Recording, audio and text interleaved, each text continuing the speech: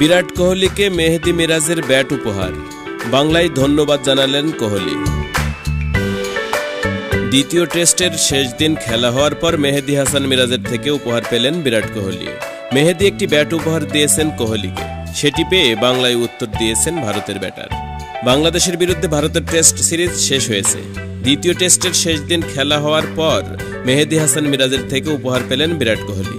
মেহেদী একটি ব্যাট উপহার দিয়েছেন কোহলিকে, সেটি পেয়ে বাংলায় উত্তর দিয়েছেন ভারতের ব্যাটার। তা দেখে উচ্ছ্বসিত সমর্থকেরা। নিজের সংস্থার তৈরি করা ব্যাট কোহলিকে উপহার দিয়েছিলেন মেহেদী। সেই ব্যাটের গুণমান নিয়ে কোহলির সঙ্গে কথা বলছিলেন তিনি। তখনই কোহলি মেহেদীর উদ্দেশ্যে বলেন, খুব ভালো আছি। কোহলির মুখে বাংলা শুনে চমকে যান মেহেদী, তিনি হাসতে থাকেন। কোহলি আরো বলেন, খুব ভালো ব্যাট, আমি চাই তুমি খুব ভালো খেলো, তোমার সংস্থার তৈরি ব্যাটের মান খুব ভালো, এভাবেই কাজ করে যাও এবং ক্রিকেটারদেরকে ভালো ব্যাট উপহার দাও। মেহেদী আগেই জানিয়েছিল কোহলি তার সংস্থার তৈরি করা ব্যাট দিয়ে খেলতে ভালোবাসেন।